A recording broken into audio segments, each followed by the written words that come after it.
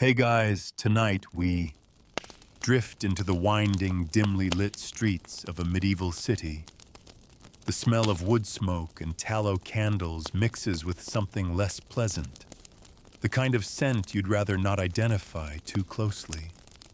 Cobblestones glisten faintly under the lantern light, catching the glimmer of the moon overhead. The air is thick with the murmurs of late-night voices, the occasional bark of a dog, and the muffled clop-clop of hooves on stone. You are here, but not quite safe. This city is a place of shadows and sharp corners of guild power, and whispered deals of laughter from alehouses, and the constant risk of disease. In other words, you probably won't survive this. But that's half the fun, right? So before you get comfortable, take a moment to like the video and subscribe, but only if you genuinely enjoy what I do here. And if you're listening from somewhere else in the world, post your location and local time in the comments. I love seeing how far this sleepy little channel reaches. Now dim the lights, maybe turn on a fan for that soft background hum, and let's ease into tonight's journey together. You step into the city as if you've been here before, though the year is somewhere around 1350, and your modern mind is still trying to process the strangeness. The first thing you notice is how cramped everything feels. The streets are narrow, so narrow, that if two carts meet, one has to back up until there's space to pass. The buildings lean toward each other, as if conspiring, their upper stories jutting out above the ground floors. On some streets, the houses almost seem to touch at the top, leaving only a slice of sky overhead. It makes the daylight dimmer, and at night the darkness presses in like a damp blanket. The city is alive with noise in a way you didn't expect. There's no steady hum of traffic, no constant electric buzz, but instead the uneven rhythms of medieval life. Somewhere to your left, you hear the dull clanging of a blacksmith at work late into the evening. To your right, a baker is sliding tomorrow's bread into a wood-fired oven, the smell teasing its way through the cool air. From an open tavern door, a wave of heat and sound spills into the street, the chatter of merchants and laborers, the wheeze of a fiddle, the scrape of a stool against the floor. The ground beneath your boots is uneven. Some cobblestones are missing, and in the gaps, muddy water collects in shallow puddles.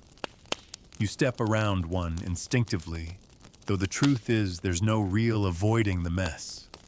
Every so often you spot a gutter running down the middle of the street, and it carries with it a sluggish flow of rainwater food scraps and other things. You remind yourself that the word sanitation won't mean much for another few hundred years. By day, the streets teem with merchants hawking their goods. Picture narrow stalls wedged between doorways, each piled high with something different. Bolts of wool in earthy reds and browns, baskets of onions and leeks, barrels of salted fish, strings of dried herbs.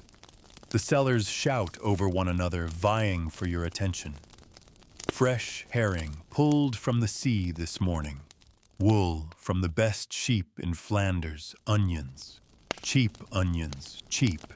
It's a kind of chaos that you can't help but be drawn into, though you keep a hand near your purse, not that you have one. But the instinct feels natural here. And yet, despite the bustle, there's an undercurrent of danger. In a city like this, everyone knows their place, and knows when someone doesn't belong. Watchmen patrol the main streets after dark, carrying lanterns and cudgels, but they're as much a part of the city's politics as they are its safety. A friendly nod to one man might earn you protection. A wrong word to another could mean a long night in the stocks. And if you wander too far into the alleys, the watchman might not follow you at all. The houses themselves are fascinating, each a kind of layered history in timber and stone. The lower floors are often made of stone or brick damp and cool even in summer. Above that, wooden beams crisscross over wattle and daub walls, their plaster painted in faded colors. Roofs are steep and covered with wooden shingles or clay tiles, depending on the wealth of the household. Inside, you'd find small rooms, low ceilings, and windows covered not with glass, but with oiled parchment that lets in a muted, buttery light. Most people here live and work in the same place. If you're a shoemaker, the front room of your house is your workshop with a small counter where customers can step in from the street. If you're a baker, your oven is just behind the shop front, so the smell can lure customers before they've even reached your door. And if you're a merchant with goods to store, your cellar serves as both warehouse and family pantry. Privacy in the modern sense is rare. Life is shared, layered, and constantly in view of your neighbors. Food is both familiar and foreign. Bread is the staple eaten at nearly every meal, but the type depends on your status. The wealthy might enjoy fine white loaves made from sifted wheat, while laborers make do with dense, dark bread of rye or barley. Stews simmer over the fire made with whatever's in season: onions, turnips, peas, bits of salted pork, or if fortune smiles on you, fresh meat from the market. Cheese is common, as is ale, which is safer to drink than most water. In the wealthier districts, you might catch the scent of exotic spices, cinnamon, ginger, saffron, brought in through long, dangerous trade routes and worth their weight in silver. And then, of course, there's the less glamorous side of city life. Waste is a constant presence, and the city's system for dealing with it is, well, primitive. Chamber pots are emptied into the gutters sometimes from the upper windows, with a shouted warning that might come too late. The gutters run downhill toward larger ditches or streams, but the smell lingers everywhere. Rats thrive here, darting through alleyways and across market squares, bold as you please. They're part of the landscape, and no one really bothers to chase them anymore. Disease, too, is a shadow that never leaves. In your own time, you might know of the Great Plague, the Black Death, which has already swept through Europe not long ago. The people here remember it vividly, and though the worst has passed, outbreaks of various illnesses are still common. A sudden fever, a strange rash, a cough that won't go away. Any of these could mean the difference between life and death in a world without modern medicine. And yet, life goes on. People marry children, play in the streets, and markets open each morning, as if nothing could ever truly disrupt the rhythm of the city. Night in the medieval city has its own rhythm. Once the sun sets, most honest business winds down. Tavern doors stay open, spilling laughter, and the smell of ale into the street. But shop shutters are pulled tight. Lanterns glow in a few windows, their light flickering against the dark timber frames. In the poorer districts, darkness swallows the alleys, completely broken only by the occasional torch carried by someone with urgent business. It's quieter, but not silent. You hear the distant creak of a cartwheel, the mewl of a stray cat, the sharp call of a nightbird from somewhere beyond the walls. As you walk, you become aware of the walls themselves, massive stone fortifications that encircle the city. By day, the gates are busy with travelers, traders, and farmers bringing in goods. But at night, the gates are shut and barred, and the city is sealed off from the outside world. You are, for better or worse, part of it now, enclosed within its crowded streets and tangled lives. The night air feels cooler here, carrying with it the faint scent of fields beyond the walls, a reminder that the world outside is both close and impossibly far away. Somewhere a bell tolls the hour, its deep voice rolling through the streets. You can't help but feel it. The city is alive, but in a way that makes you both a participant and an observer. The cobblestones under your feet, the smell of baking bread, the creak of shutters in the wind. All of it is weaving itself into a tapestry that will carry you deeper into the heart of medieval city life. And so you keep walking, letting the sound of your own footsteps guide you further into this winding, timeless maze. You follow the winding street until it spills into a small, irregular square, the kind that has been shaped less by design and more by the slow push and pull of centuries. The stones here are worn to a soft gloss by countless footsteps, and the buildings huddle close, their upper stories casting a protective shadow over the space. At the center stands a tall stone cross, its edges smoothed by weather, surrounded by a low, circular platform where people sit during the day to trade gossip or rest their legs. By night, it's empty except for a stray dog sniffing hopefully at the base. In the morning, this square will come alive as one of the city's smaller markets. Picture the stalls set up like makeshift umbrellas, each draped in patched canvas to keep the sun or drizzle off the wares. A woman selling eggs from her chickens will sit beside a man hawking small wooden spoons, their voices overlapping into a pleasant murmur of bargaining. Children weave through the crowd, carrying baskets, some tasked with errands by their parents, others hoping to find a sweet or a heel of bread if they linger near the bakers long enough. But now, with the square quiet and the air still cool from the night, you can hear the faint sound of water trickling. A public fountain stands at one corner, its stone basin worn smooth. This is where people come to fill their buckets or jugs for drinking, cooking, or washing. The water is cleaner here than in the gutters, though still far from pure by modern standards. You dip your fingers in and feel the cold bite, a small reminder that nature's hand still controls so much of life here. The fountain is also a place of conversation, a social hub disguised as necessity. Women gather here in the early mornings to draw water and swap news, whether it's the latest prices for grain or whispers about a neighbor's daughter's upcoming marriage. These casual exchanges knit the social fabric of the city tighter than any official decree. You notice how the rhythm of life here isn't marked by clock time alone, but by the unspoken schedule of shared spaces like this.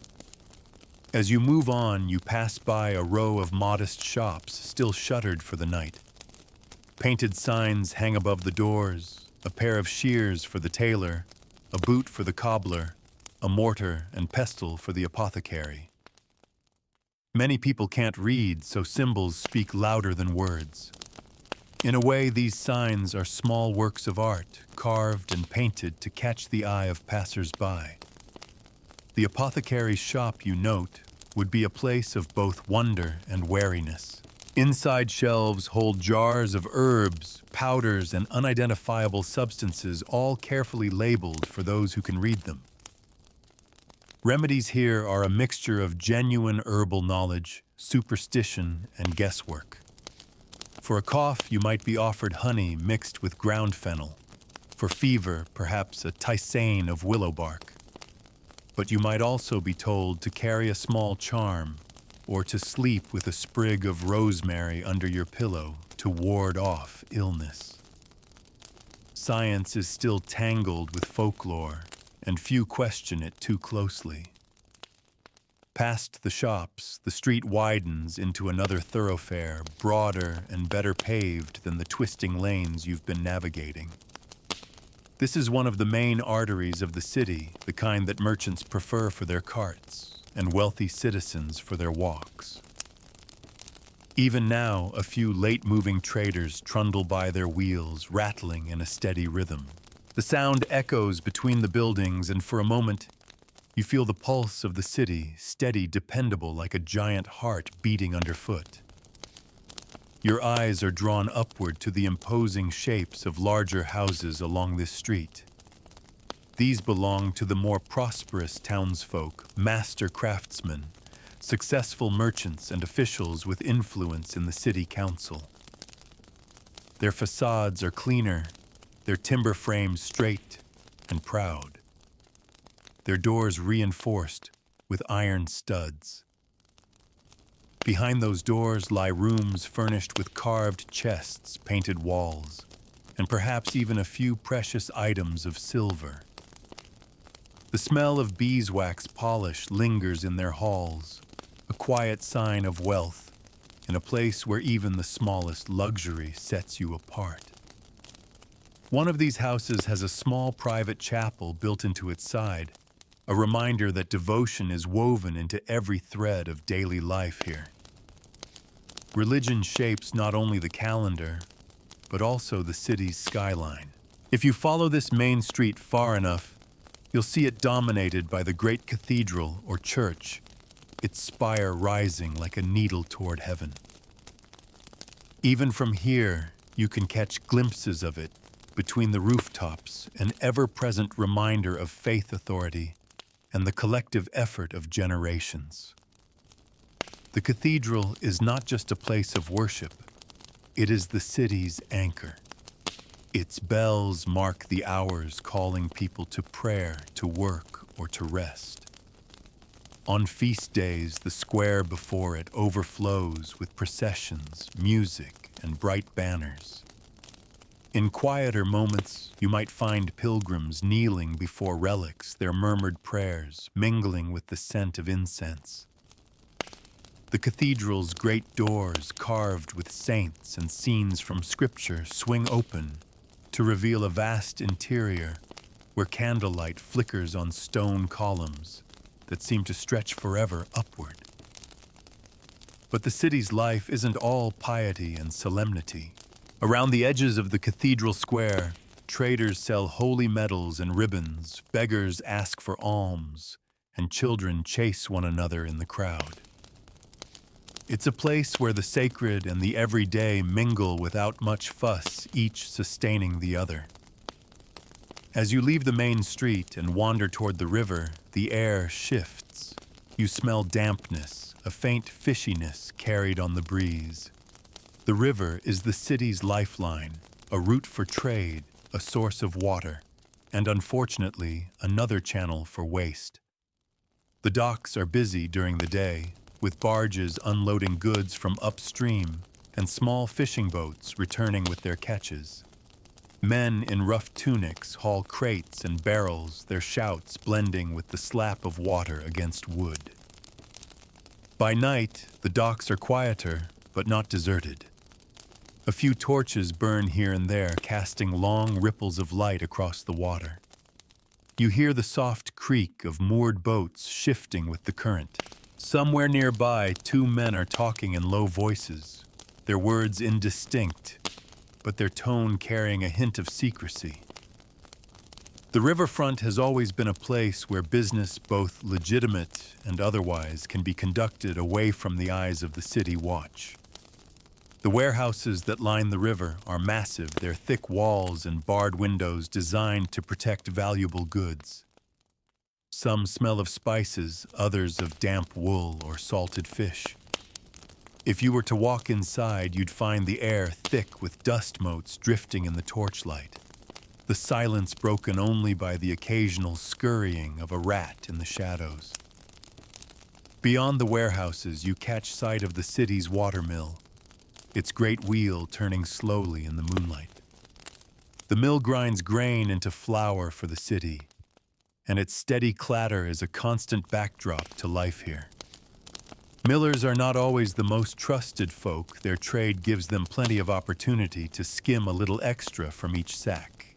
But they are necessary, and so they endure their position secure despite the grumbling of their customers. Crossing a narrow bridge over the river, you glance down at the dark water moving beneath you. Reflections of torchlight tremble on the surface, and for a moment the sound of the city fades. All you hear is the slow rush of the current, a sound that has whispered through this place for centuries, long before the first stone was laid in the city walls. On the far side of the river, the streets are narrower again, the houses more modest. This is where many of the city's craftsmen and laborers live, close to their workshops and far from the more prestigious districts.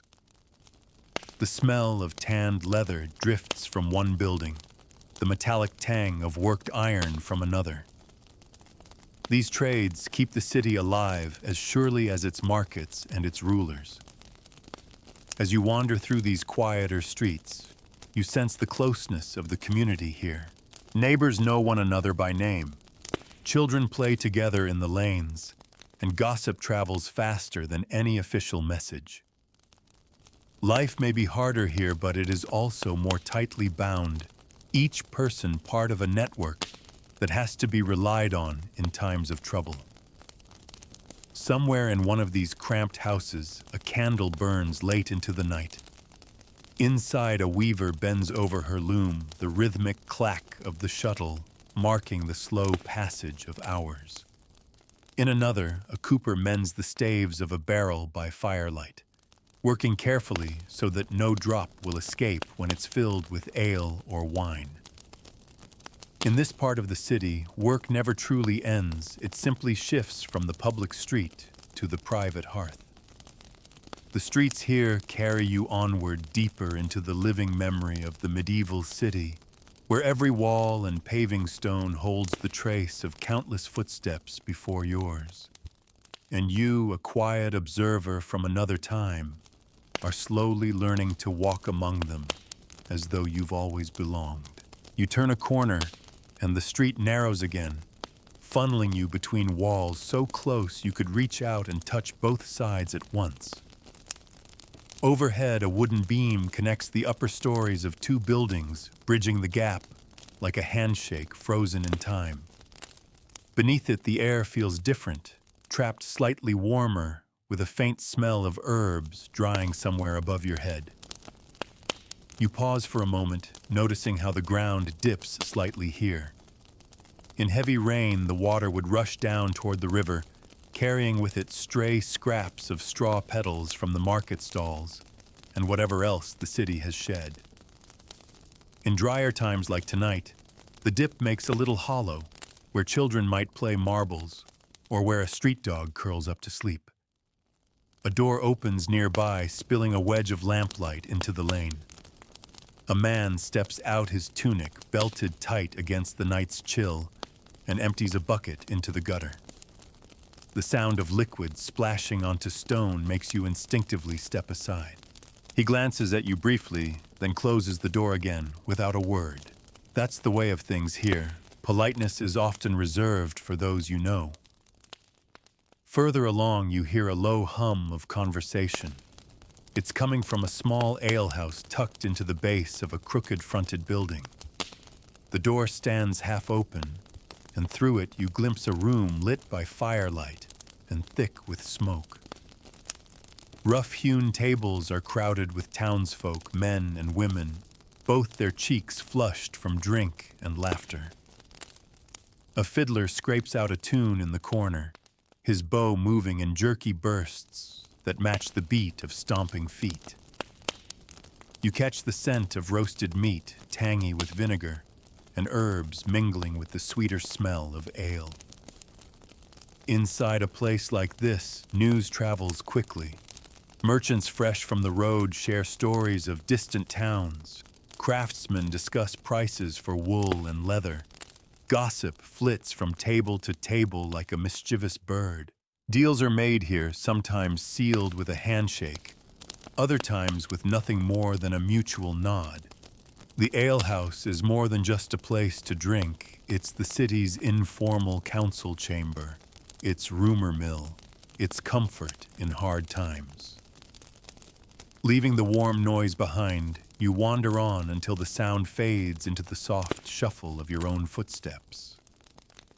Ahead, a small shrine juts from the corner of a building, sheltered under a wooden canopy. A painted figure of the Virgin gazes down from within her colors, dulled by candle smoke. In front of her, a little shelf holds offerings, a sprig of rosemary, a small loaf of bread, a stub of candle half burned. People pass here daily, bowing their heads or making the sign of the cross. In a city where misfortune can strike suddenly and without mercy, such gestures feel less like piety and more like a quiet bargain with fate. From here, the road slopes upward, leading toward one of the city's higher quarters. The climb is gentle but steady, and as you ascend, you notice the houses changing. They grow a little larger, their facades better kept. The timber is straighter, the plaster cleaner, the shutters painted in cheerful colors. In the windows of some, you spot a faint golden glow, candles still burning, perhaps for late reading or for the comfort of children afraid of the dark. Near the crest of the hill, you come upon the smell of bread again, fresher and richer this time. A bakery, still warm from its ovens, sits tucked between two houses. Through the open shutter of the serving hatch, you see neat rows of loaves cooling on wooden racks, their crusts split to reveal soft interiors.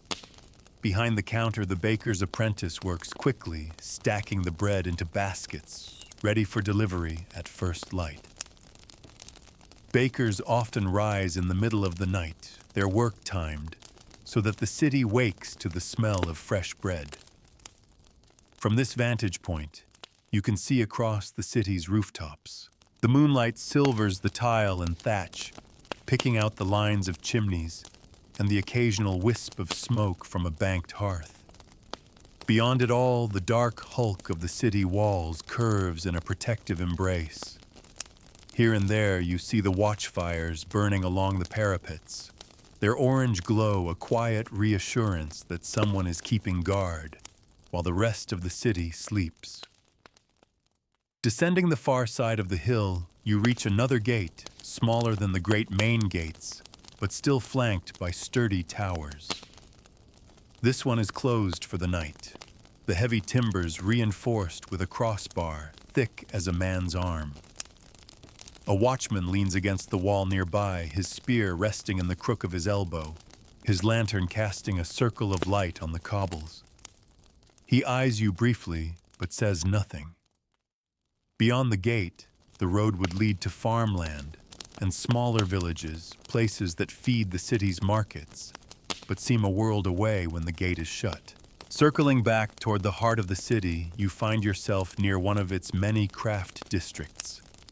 By day, the air here would be full of hammering sawing and the rhythmic scrape of tools against wood or stone. Now it is quiet, but the smell of worked materials lingers, sawdust warm from the day's labor and the faint mineral scent of chiseled stone. In the dim light, you can make out the outlines of half-finished pieces, a carved lintel for a wealthy merchant's door, a set of barrel hoops awaiting their staves, a stack of roof shingles ready for the next building project. Craftsmanship is a matter of pride here. The guilds that govern each trade are powerful, their rules strict. To sell your work in the city, you must belong to the right guild, and to join a guild, you must train for years as an apprentice under a master. That apprenticeship might mean sweeping the workshop floor for months before you even touch the tools, but it is the only path to mastery. Once you have earned your place, you gain not just the right to work, but a community that will defend your interests and in turn expect you to uphold the guild's honor. As you walk, you pass a row of apprentices' lodgings, small shared rooms above workshops where young men and women sleep in narrow beds after long days of labor. Some might be far from home, sent by their families to learn a trade in the city. Others are local, their fates tied to the neighborhood they grew up in. Each carries the quiet hope of one day becoming a master in their own right, opening a shop with their name proudly displayed above the door. Further along, you hear a low rhythmic pounding from one of the few workshops still active at this hour. A blacksmith works by lamplight, his silhouette moving with practiced economy. The forge glows red and sparks leap as his hammer falls on the glowing metal. The sound carries into the night like a heartbeat, steady and purposeful. For him, perhaps, there's a commission that must be finished before morning, a horse's shoe for a wealthy trader, or a clasp for a merchant's chest. The city's needs do not sleep, and neither do its most dedicated craftsmen. Past the smithy, you emerge into another market square, larger than the one you saw earlier. This is the main market, though now it lies silent, its wooden stalls folded down like sleeping animals. By daylight, this space would be alive with shouting vendors, haggling customers, and the clatter of carts delivering goods. The smell of fresh produce, fish, and meat would mingle with the fragrance of baked bread and the sharper tang of tanned hides. But now the market rests, and so does the city, cradling its energies for another day's commerce. You pause here, feeling the open sky above you. The city is a maze, but in moments like this, when you stand in a square surrounded by sleeping buildings, it feels less like a trap and more like a living, breathing organism, one that draws in the daylight's bustle and exhales the calm of the night. Somewhere in the quiet, a lone bell marks the passing of another hour. You let the sound fade into the stillness before you move on again, your footsteps soft against the worn stones.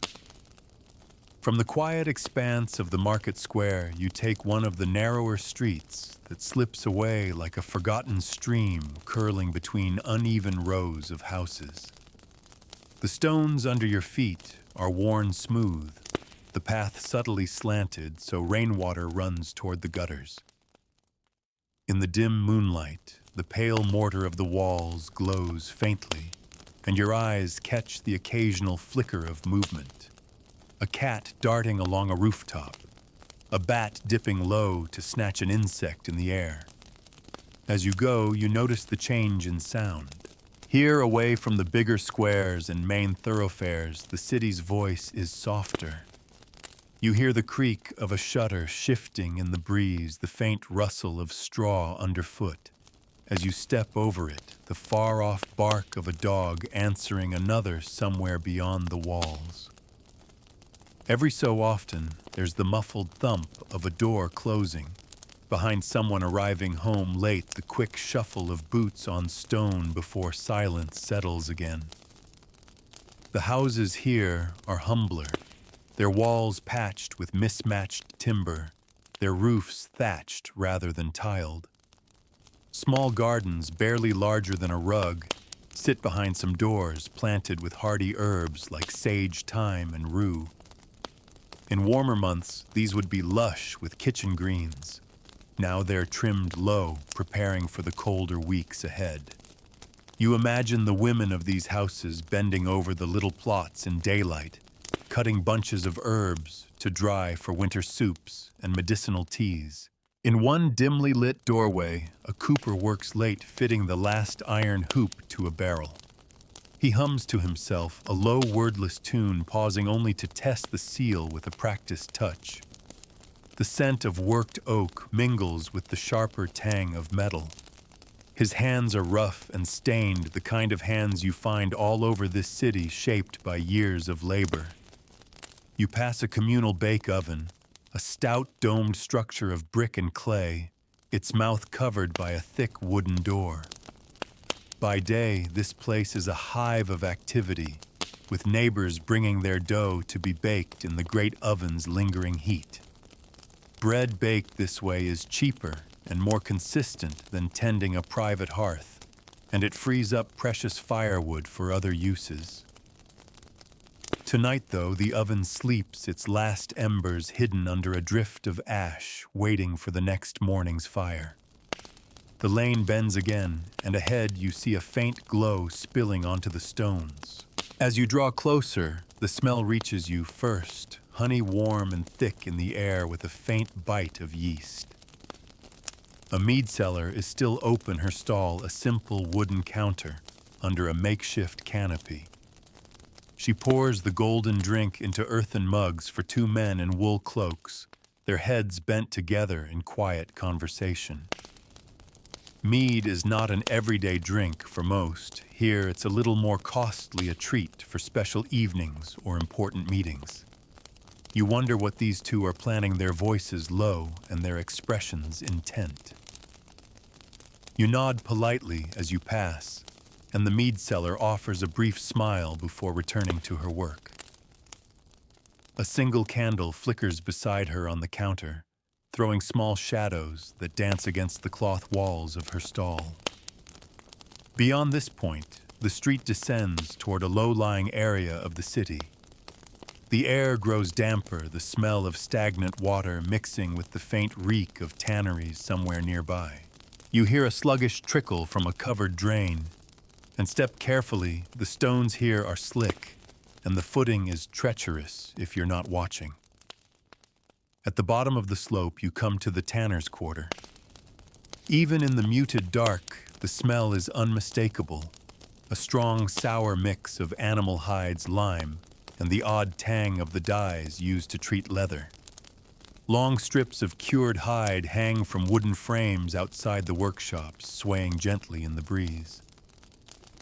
By day, the workers here soak the skins in vats, scrape them clean, and treat them with mixtures passed down through generations.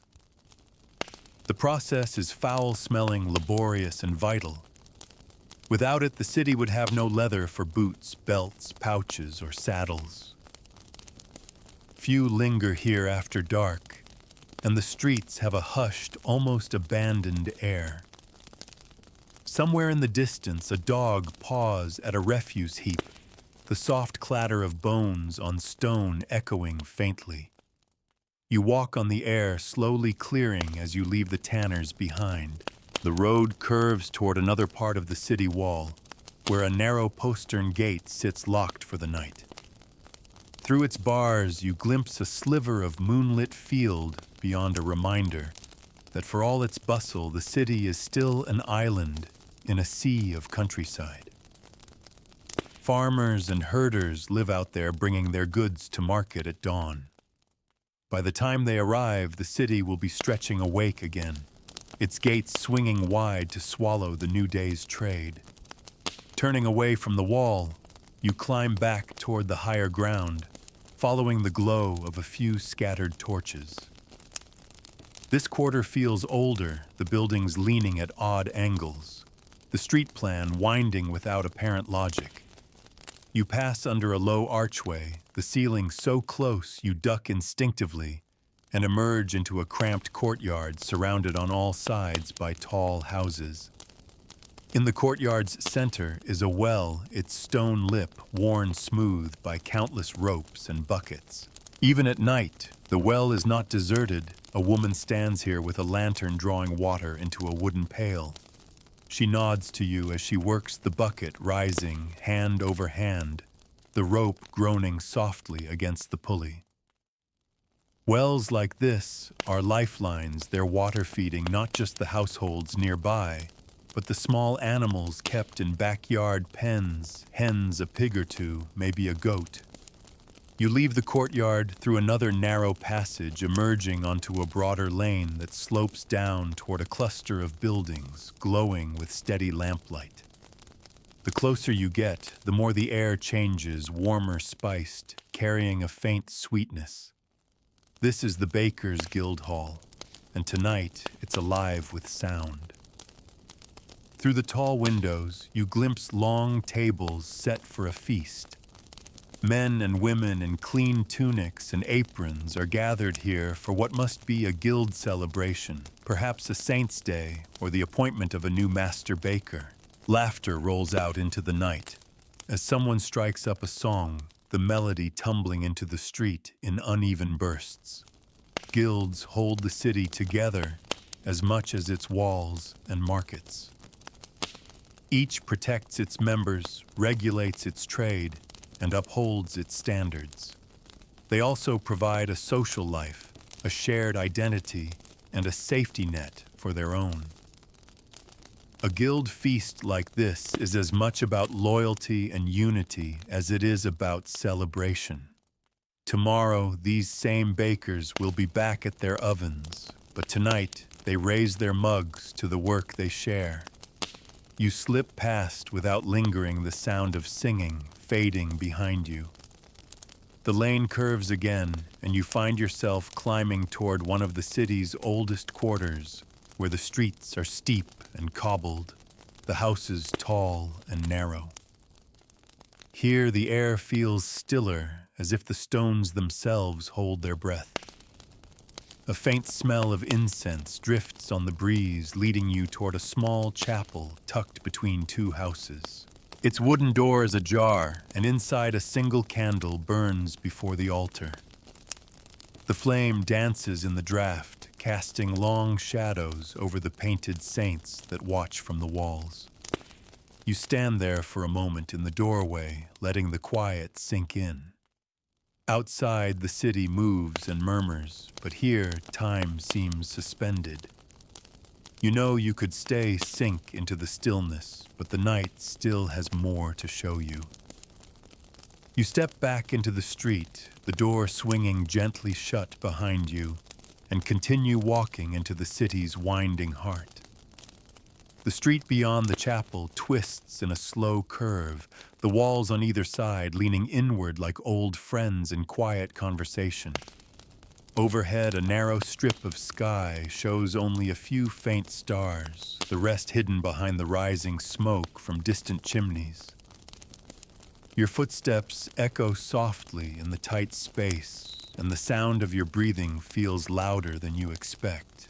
Ahead, you glimpse a faint flicker of movement, a lantern swaying gently in the hand of a night watchman. His pace is unhurried, his eyes flicking into doorways and down side alleys as he walks. You step aside to let him pass, and he gives you a curt nod. The watch is both protector and enforcer, keeping order after curfew and making note of who's out late. Sometimes that presence feels like safety. Other times, it's a reminder that freedom in the city is always measured by who's watching. A few streets further, you hear the uneven rhythm of a cobbler's hammer, its strikes ringing out in the quiet. Peering through the half-open shutters of a small workshop, you see the craftsman bent over his bench, lamplight pooling across scraps of leather. He works slowly, threading a thick needle through a boot's heavy sole, his hands steady from years of practice. This boot might belong to a wealthy merchant or a farm laborer. Either way, it will be made to last. In a world where possessions are few and costly repair is as valuable a skill as creation. Turning down a side lane, you come upon the scent of wood smoke mixed with something faintly metallic. The glow of a forge spills from an open doorway where a young apprentice tends to the fire while his master works at the anvil.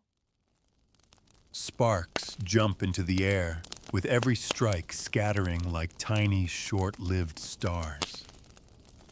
The hammer's rhythm fills the narrow lane steady and sure, and for a moment you find yourself swaying to it, as if it were a kind of heartbeat for this corner of the city. The lane ends at a small square lit by two torches planted in iron brackets. Their flames sway in the light breeze, sending shadows sliding over the faces of the buildings.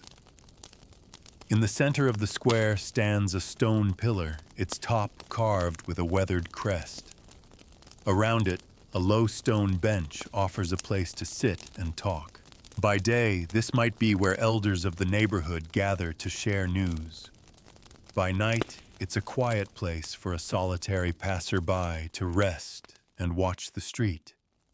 You don't sit, but you pause long enough to hear the faint sounds that drift in from the edges of the city. The soft hoot of an owl, the distant clatter of a cart, arriving late through one of the gates. The air here is cooler, touched with the scent of damp earth carried over the walls from the countryside beyond.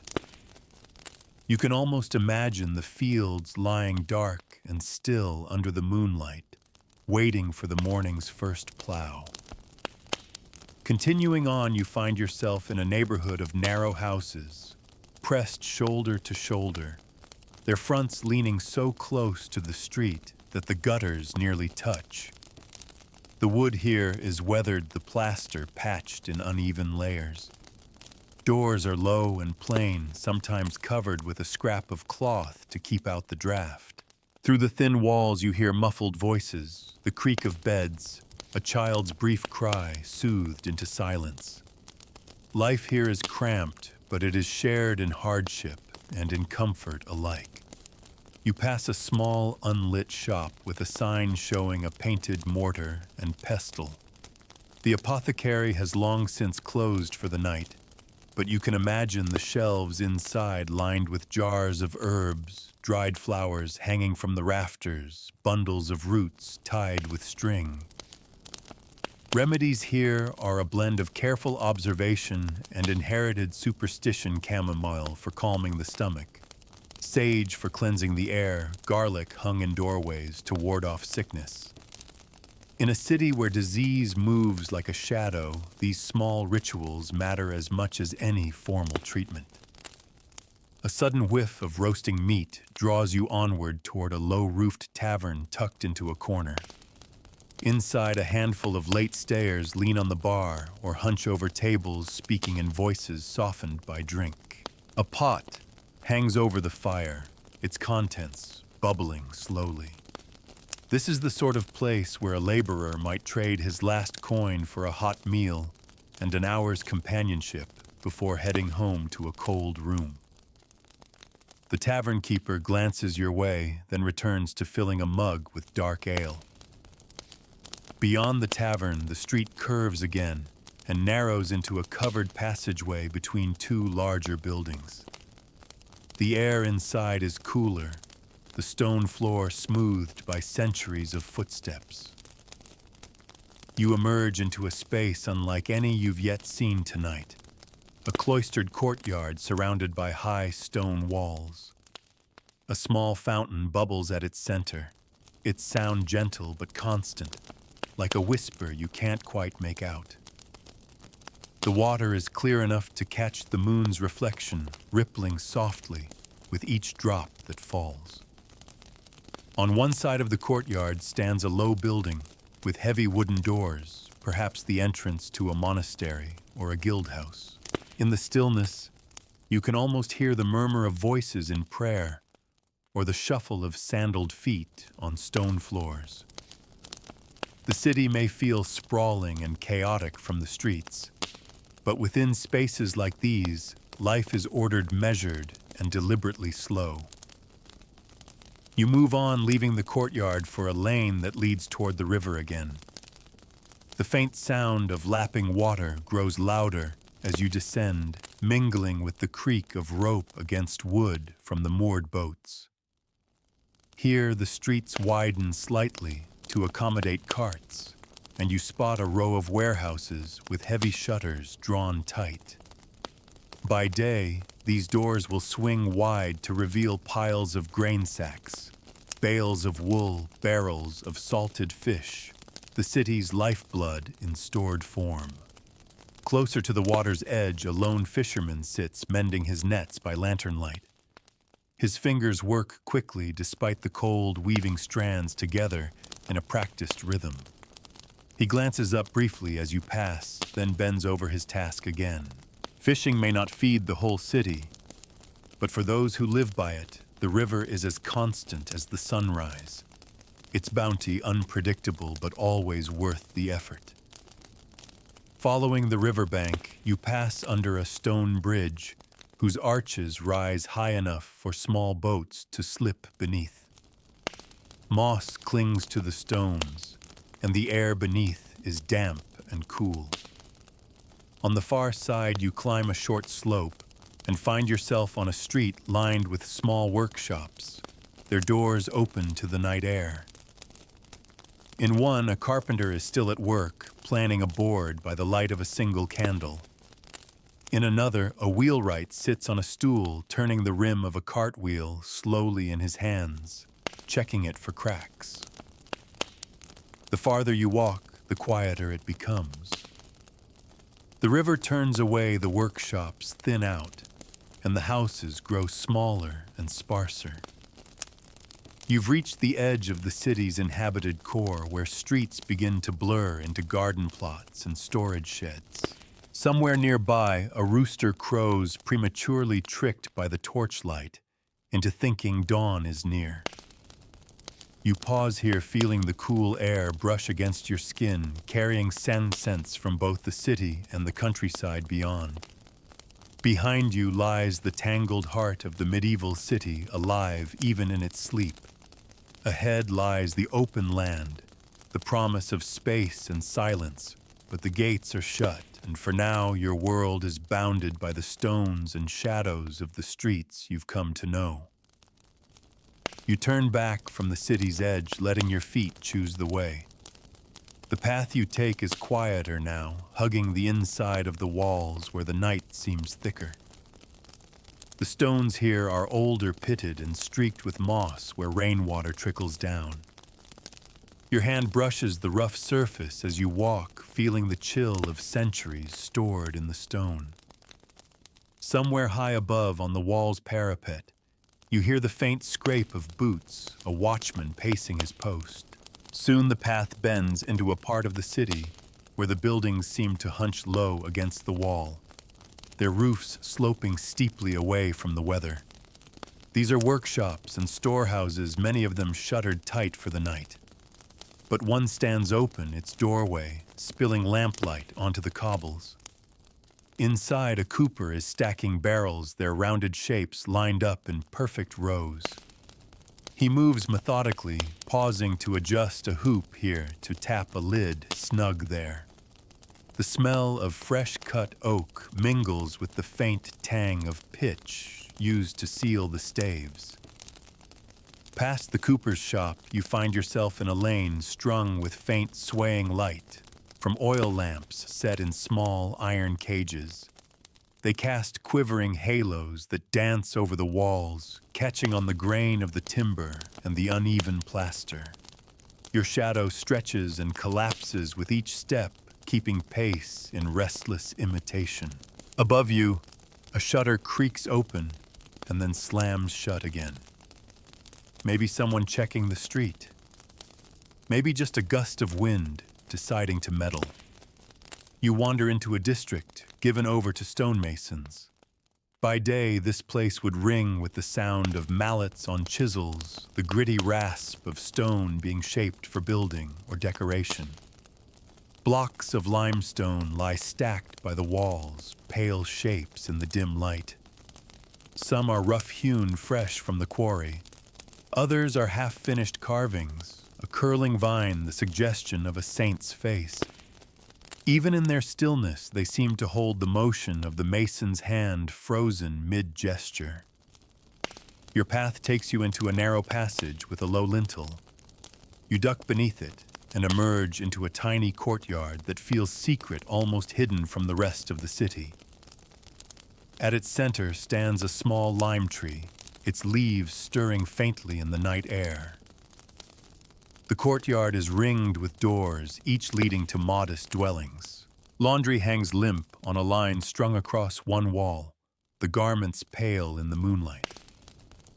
Somewhere above, a baby begins to fuss, and a woman's voice hums softly, a lullaby without words. You pause to listen, not to intrude, but to let the gentle sound wash over you. In a city that can be loud and unruly by day, these fragile moments of calm are treasures. The song fades, replaced by the faint rustle of straw in a nearby stable. Peeking in, you see the dark shapes of a few small horses and a mule, their ears flicking at the intrusion. A faint warmth rises from the animals, carrying with it the scent of hay and leather. Leaving the courtyard, you follow a lane that slopes gently upward, and soon the air changes. It's fresher, tinged with the scent of herbs and growing things. You've reached one of the city's gardens, not the sweeping private plots of the wealthy, but the communal gardens tended by monks and townsfolk alike. In neat rows, hardy vegetables push their leaves toward the night sky, and beyond them you glimpse clusters of herbs, lavender, rosemary, sage. In warmer months, bees would buzz here from dawn till dusk.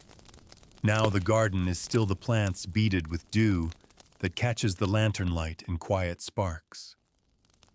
At the garden's far end stands a small cloister attached to a modest priory. Its arches frame a square of trimmed grass, and in the center a stone basin catches rainwater. The cloister is empty, but the air holds a lingering sense of order, as if the footsteps of monks still pace invisibly along its covered walkways. Somewhere beyond, you hear a low, steady chanting, night prayers perhaps, or the recitation of psalms before sleep.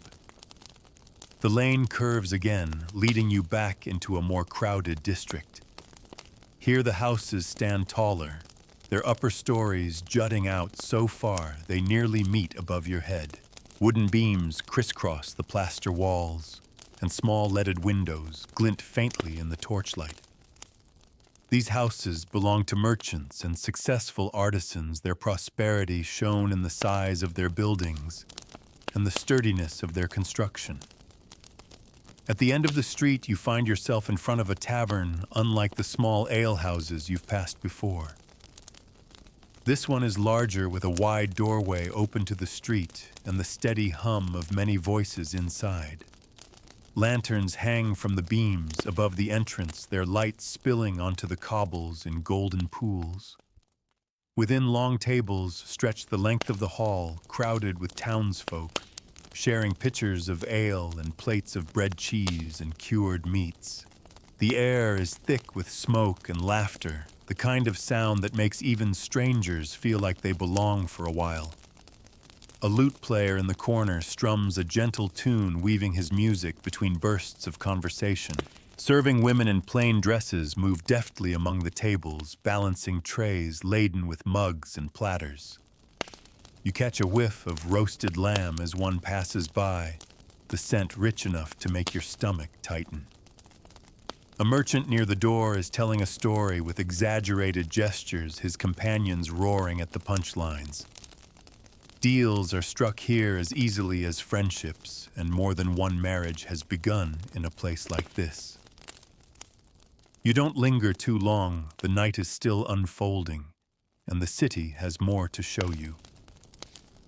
Back outside, you follow the sound of distant drumming. It leads you to a small square where a group of young people are gathered around a fire pit, the flames leaping high in the cool air. Someone beats a hand drum in a slow, hypnotic rhythm, while others clap along. This isn't a formal gathering, just neighbors and friends enjoying the stillness of night together. In a world without the glow of street lamps and screens, a fire in the dark is both entertainment and companionship. Moving on, you find yourself drawn toward the faint metallic clang of a distant bell. It grows louder as you approach until you round a corner and see the source, a night watch changing shifts at one of the smaller guard towers.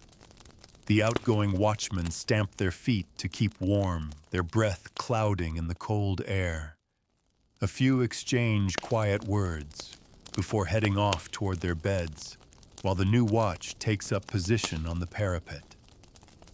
The bell's echo lingers even after the sound has faded, bouncing through the narrow streets, like a reminder that time is passing, even here where the hours seem so still. Past the tower, you discover another of the city's water sources, a broad stone cistern open to the air, filled by channels that run from the hills outside the walls. The water's surface trembles faintly under the moonlight, and a bucket sits on the rim, ready for whoever needs it next. You dip your fingers in and feel the cold strike through your skin, grounding you in the present moment. In a place where water is as much a communal responsibility As a necessity, such cisterns are guarded with care. From here, the street rises once more, carrying you toward the faint silhouette of the cathedral spire in the distance. You can't yet see the building itself, but its presence is felt in the air, a kind of pull, as though the heart of the city beats strongest there. The road narrows again, the buildings closing in their shadows, deepening as you step further into the labyrinth. Somewhere behind you, the watchman's bell tolls once, and the sound seems to fold the night around you like a heavy cloak. The street begins to slope downward again, the stones under your boots slick in places where a thin sheen of moisture glistens under the moonlight. You steady yourself with a hand against the rough wall of a house, feeling the grain of the timber frame beneath your fingers. Somewhere close by, a shutter slams once sharply, and then silence returns as quickly as it came. You follow the curve of the lane until it opens into a small square, lit by 2 torches fixed into the wall of a guild hall. The wooden doors are shut for the night, but their carvings are clearly visible even in the dim light, tools crossed in a formal emblem, the proud mark of the Weavers' Guild. Above the doors, a narrow window glows faintly. Someone is still awake inside, perhaps a senior member reviewing accounts by candlelight, or an apprentice tasked with watching over the guild's most valuable stores of cloth. Beside the guild hall, a narrow alley runs off at an angle too tempting to ignore. You slip into its shadows and find yourself in an older part of the city where the houses lean at such angles that they almost seem to be whispering to one another overhead. Here the walls are patched with centuries of repairs, mismatched stones, timbers from different eras, and the street is so narrow that you could almost stretch your arms and touch both sides. A faint scent of dye reaches you, and soon you pass a workshop where lengths of colored cloth hang in the open air. The fabric shifts slightly in the night breeze, casting shifting shadows across the ground. Even in the moonlight, you can see the richness of the colors, deep blues, bold reds, the kind of shades that speak of expensive imports and long hours of labor. In daylight, this street would be alive with dyers, washers, and fullers, their work staining the cobblestones and their hands alike.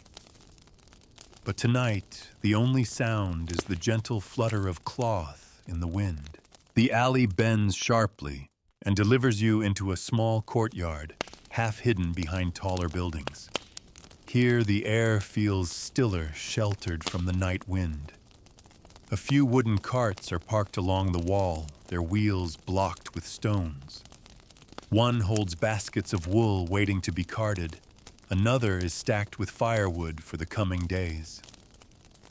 A lantern burns low on a post near the entrance, its weak light casting long shadows that stretch into the far corners. From here, you wander down another winding lane until you reach a bridge that spans a narrow channel, one of the city's hidden waterways diverted long ago to feed fountains, cisterns, and even the tanner's vats. The water moves sluggishly in the dark, catching only the smallest glimmers of moonlight. Somewhere nearby, a frog croaks, startling you with its suddenness. The bridge itself is little more than a few sturdy planks laid across stone supports worn smooth by the tread of countless feet. Crossing over, you find yourself in a district where the houses have wider frontages, their ground floors given over entirely to workshops. Through one open doorway, you see a woodcarver's shop, its benches littered with curls of pale shavings. Unfinished pieces rest on the tables, the arm of a chair, a carved panel for a door, the delicate figure of a saint with its features still forming beneath the craftsman's knife. The scent of fresh-cut wood drifts out into the street, sweet and grounding. You pause to listen. Somewhere down the lane, a faint tapping echoes, not the ringing strike of a blacksmith's hammer, but the lighter, more deliberate sound of a goldsmith at work. Following it, you come to a small, well-kept building with shuttered windows. Inside, at a narrow bench, a man bends over a tiny shape cradled in his hands. A single candle burns beside him, throwing light onto the fine tools laid out in careful order. Gold glints briefly in the flicker, a ring being shaped perhaps, or a clasp for a merchant's cloak. In this city, beauty is often born in the smallest of spaces. You move on, the goldsmith's careful rhythm fading behind you, replaced by the faint murmur of running water once more. The lane widens slightly and leads you toward the riverfront again. Here the air is damp and cool, and you hear the hollow slap of water against wooden pilings. Boats lie moored along the quay, their ropes groaning softly with the pull of the current. On the far side of the quay, a fishmonger's stall stands, ready for the morning's catch. The wooden table is scrubbed clean, but the faint smell of salt and scales lingers in the air. By dawn, this place will be alive with shouts, knives flashing, as fish are gutted and cleaned barrels of salted herring rolled into place for sale.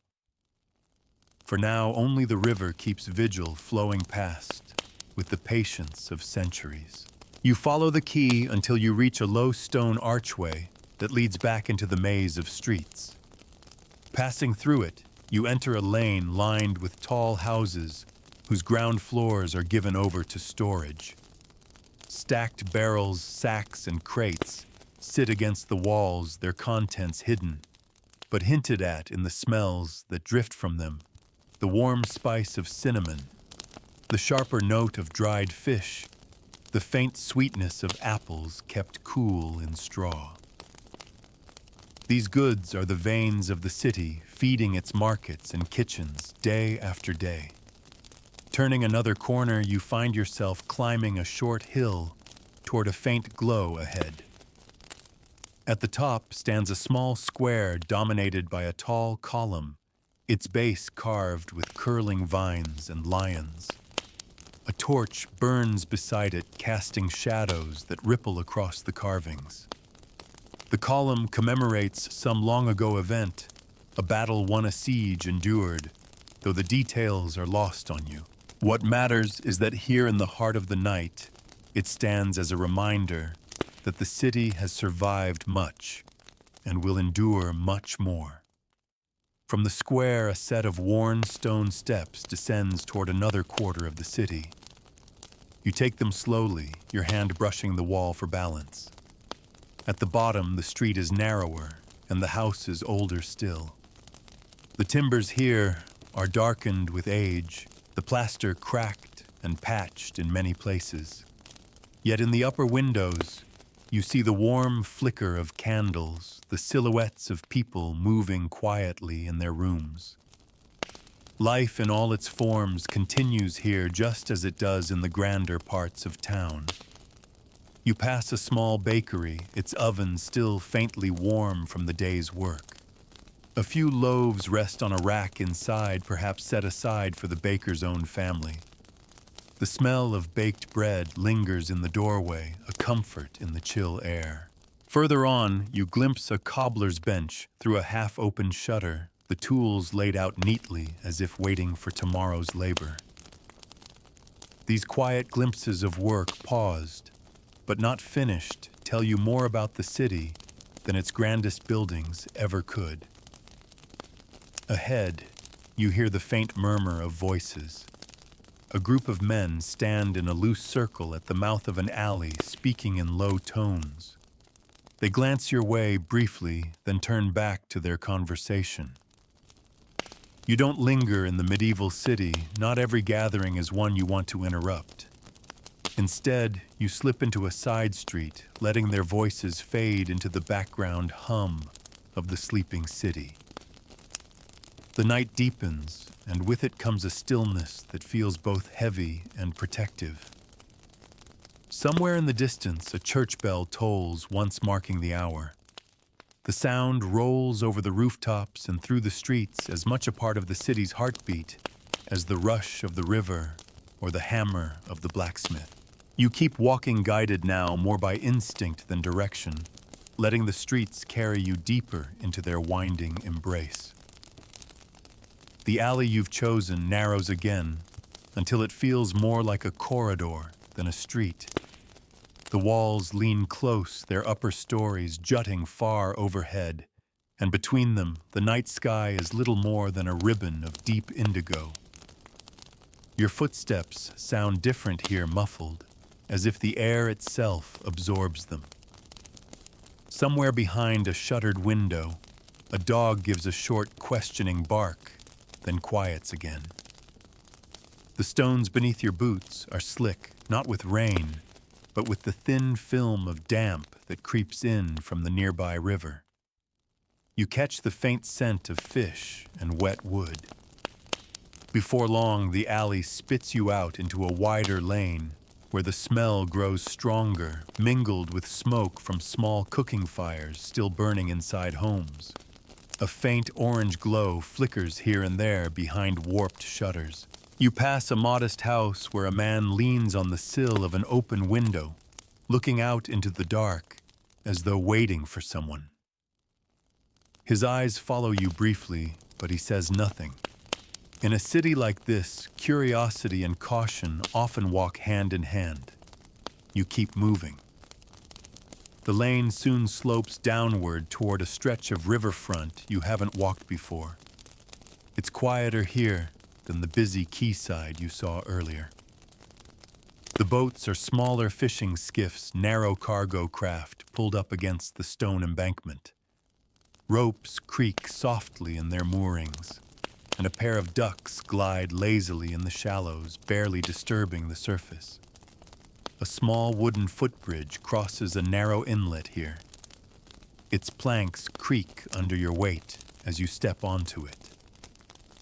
You pause halfway across, leaning on the simple rail to look down. The water moves sluggishly, reflecting a patchwork of light from the moon, and the few lanterns still burning along the riverbank. Somewhere upriver, a mill wheel turns slowly, its paddles dipping into the current with a steady groan. On the far side of the bridge, you find yourself in a district where the streets open into irregular courtyards, each one its own little world. In the first courtyard, a cart stands half-loaded with sacks of grain abandoned until morning. In another, a low shed smells faintly of hops, perhaps used for storing ingredients for brewing. The air here feels damp, but not unpleasant, carrying with it the earthy promise of trade to come. You move on until you come across a tavern unlike the ones you've passed before. It's smaller, humbler, a place where fishermen might gather after selling their catch. Through the doorway, you see only a few tables occupied, the men hunched over their mugs and speaking in short bursts between long silences. A single candle burns at each table, its flame barely holding its own against the draft from the door. The smell of salted fish hangs faintly in the air. You linger only a moment before slipping past. The street curves again, leading you away from the river toward an area where the houses seem more tightly packed. Here the air grows warmer, the faint scent of wool and soap drifting from somewhere ahead. You soon find the source, a row of fuller's workshops. During the day, these places would be alive with activity workers stomping cloth in troughs of water and fuller's earth to clean and thicken the fabric. Now the tubs sit still, the water within them catching a pale shimmer from the lanterns. The silence is so complete you can almost hear the cloth drying slowly on the racks inside. A side passage leads you between two of these workshops and into a narrow back lane. The ground here is rougher, more rutted, and you can smell damp earth mixed with the faint, almost sour tang of wet wool. Ahead, the lane widens unexpectedly into a small square where a solitary tree grows its leaves, whispering in the faintest breeze. A stone bench curves around its trunk, worn smooth by generations of passers-by resting their legs. You sit for a moment, feeling the coolness of the stone through your clothes. The quiet here feels deeper, as if even the city's restless hum pauses to listen. After a while, you rise and follow a lane that climbs steadily uphill. The houses here grow a little grander, with each turn their windows larger, their shutters freshly painted. At one doorway, an iron lantern glows warmly beside the carved wooden lintel. A brass knocker shaped like a lion's head gleams in the low light. You can imagine the merchant or city official who might live here, their wealth keeping them close to the city's heart, but high enough above the river to escape its dampness. The road brings you into a small square where a fountain trickles quietly in the center. Its basin is carved with curling leaves and fruit, the work of a patient stonemason. Around it, the paving stones are smoother than elsewhere, worn by years of feet passing on their way to and from the nearby church. The church's doorway is closed now, but you can see the faint outline of painted saints on the panels faded by weather and time. From here, a flight of shallow steps leads to a terrace overlooking part of the city. Lanterns glimmer in the streets below like scattered embers, and beyond them the river gleams faintly under the moon. The walls stand dark against the sky, their silhouettes broken only by the squared shapes of the watchtowers. You rest your hands on the cool stone of the terrace wall, feeling the grain of centuries under your palms. The terrace path curves along the side of the hill, leading you toward an older quarter where the buildings stand closer to the cathedral. The streets here feel quieter, almost reverent. In one, a row of houses is set with small niches holding painted icons, each one lit by a single candle. The flames sway in the night air, sending their shadows dancing over the worn images. Passers-by pause here even at this hour, making a quick sign of the cross before continuing on. As you near the cathedral square, the building itself begins to loom above the rooftops. Its spire reaches into the night sky like a finger pointing to the heavens. The closer you come, the more its details emerge from the shadows, the tracery of stone along the windows, the carved saints gazing down from their niches, the heavy wooden doors bound in iron. The square is empty at this hour, the market stalls folded and packed away. The sound of your footsteps carries farther here, bouncing lightly off the stone. In the hush, you notice the faint scent of incense lingering from earlier services, clinging to the air like the memory of a song. You walk slowly across the square, letting the cathedral's presence wrap around you. Even in darkness, it dominates, a reminder that in this city, faith is as solid and inescapable as the walls themselves. At the far side of the square, a narrow passage slips between the cathedral and an adjoining building. You follow it, your steps echoing against the stone until it opens onto a quiet cloister. The grass in the central garth is silvered with dew, and the covered walkways are lined with wooden benches. Somewhere in the shadows, a small fountain trickles steadily, its sound mingling with the faint rustle of leaves, stirred by the night wind. You pause here, letting the stillness soak into you. The air is cooler, and every sound, the fountain, the wind, the creak of timber, feels magnified. You could stay for hours, but the streets still call. Beyond the cloister gate, the city waits with more turns, more voices, and more quiet corners than you can yet imagine. You step out from the cloister into a street that hugs the cathedral's shadow. The walls here seem impossibly tall, their surfaces catching only the faintest traces of moonlight. Your footsteps sound small in the hush, muffled by the sheer weight of the stone around you. Somewhere high above, a pigeon coos, once its voice echoing faintly against the masonry before fading back into the stillness. The lane curves slowly, passing beneath a high archway that joins the cathedral to a neighboring building. Under it, the air is cooler, the sound of your steps compressed into a narrow, whispering rhythm. On the other side, the street opens, slightly revealing a cluster of finer houses, the residences of clergy or wealthy patrons, perhaps. Their windows are shuttered tight, but you can picture the heavy furnishings within carved oak tables, rich tapestries, and the faint glimmer of silver in the candlelight. A narrow alley splits away here, leading toward the sound of trickling water. You follow it, and soon find yourself at a small public fountain tucked against the wall of a tall house. Its basin is fed by a carved stone lion's head, the water spilling into the trough with a constant, gentle splash. In the moonlight, you can see coins lying at the bottom, tokens tossed in with whispered wishes, though the city's folk would never call it superstition aloud. Near the fountain, a stone bench runs along the wall. An old man sits there, wrapped in a heavy cloak, his head bent low. He glances up briefly as you pass, his face weathered, his eyes catching a glint of light from your lantern. Without a word, he turns back toward the water, as if content to keep whatever thoughts have drawn him here. Leaving him to his vigil, you continue along the lane until the faint scent of smoke reaches you. Ahead, a brazier burns outside a small guard post, the coals glowing deep orange. Two watchmen stand nearby, their spears resting against the wall, their breath rising in quick puffs into the cool night. One adjusts his cloak against the breeze.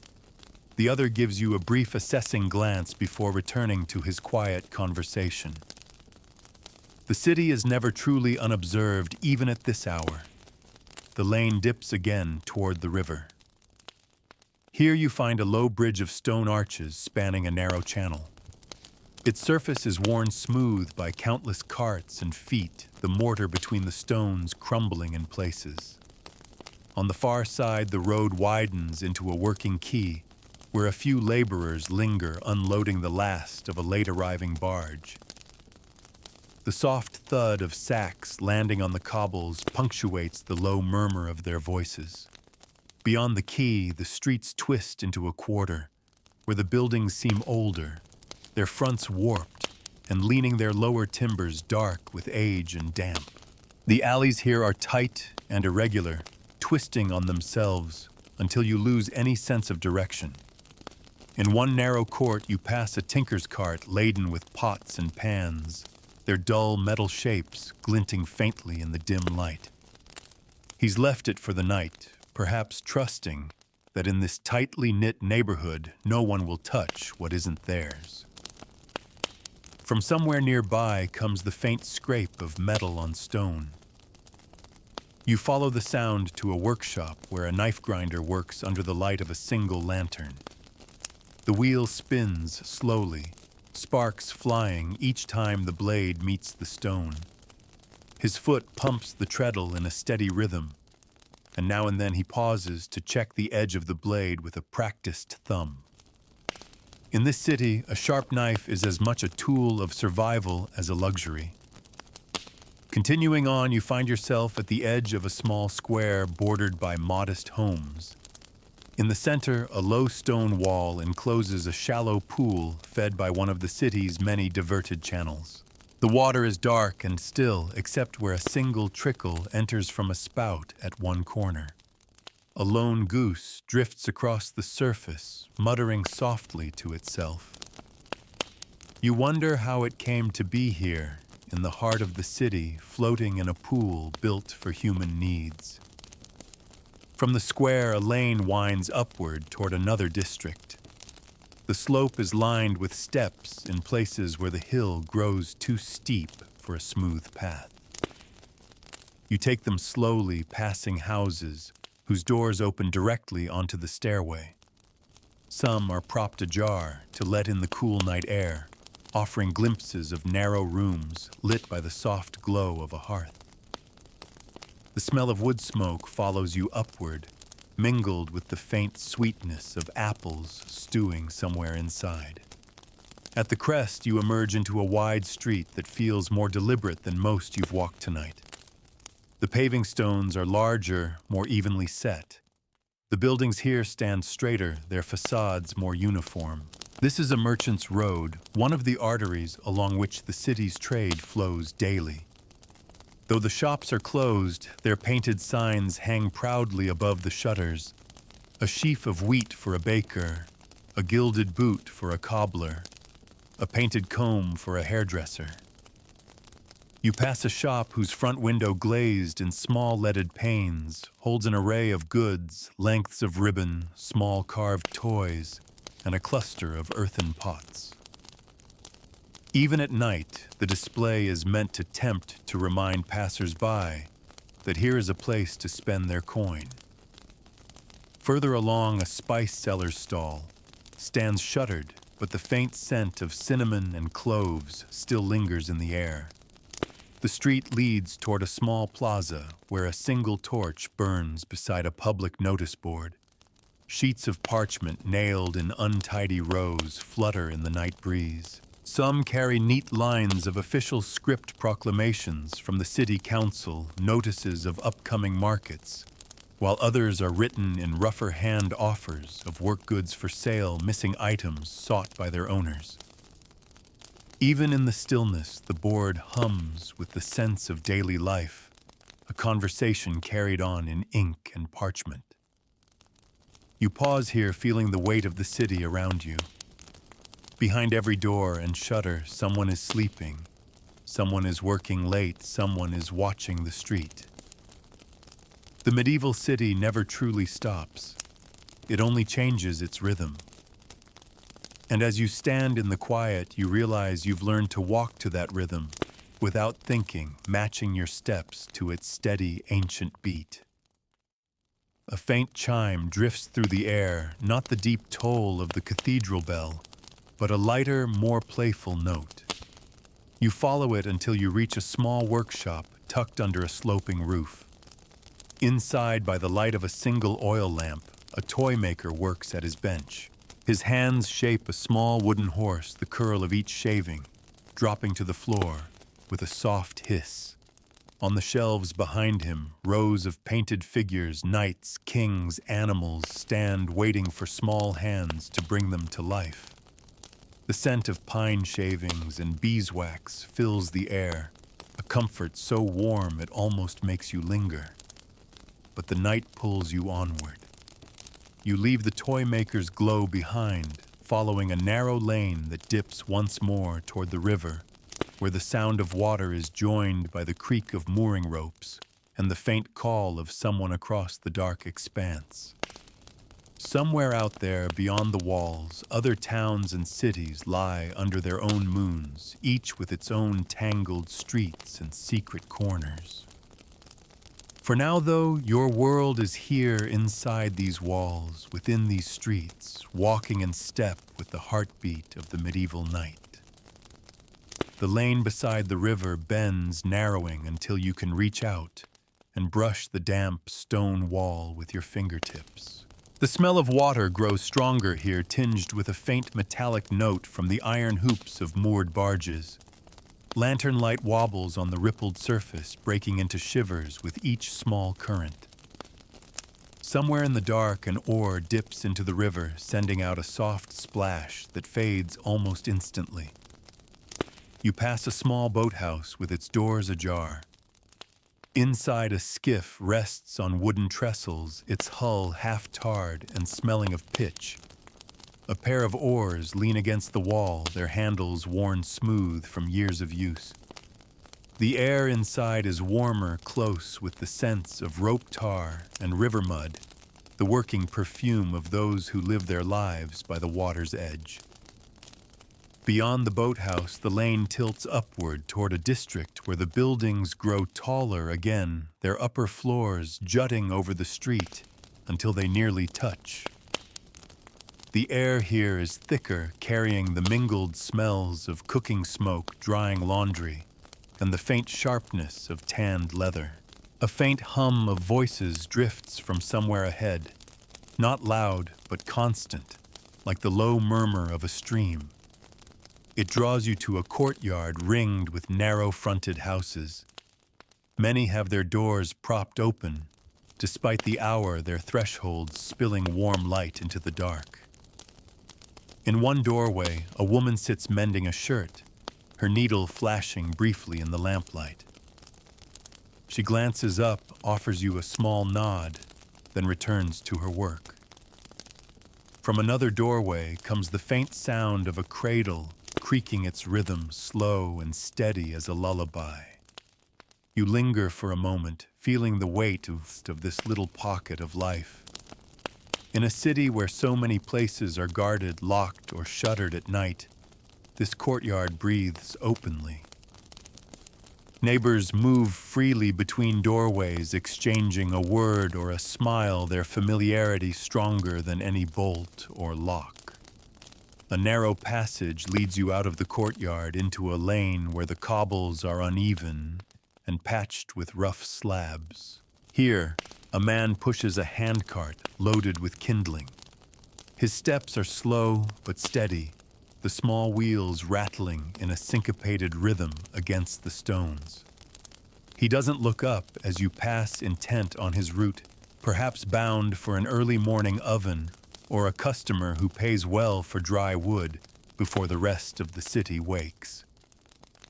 The lane spills into a market square you've not seen before. It's smaller than the great market, but clearly a busy place by day.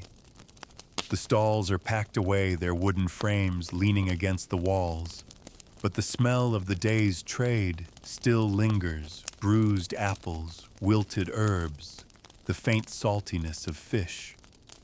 A single torch burns at the square's center, planted beside a stone post that bears the city's crest.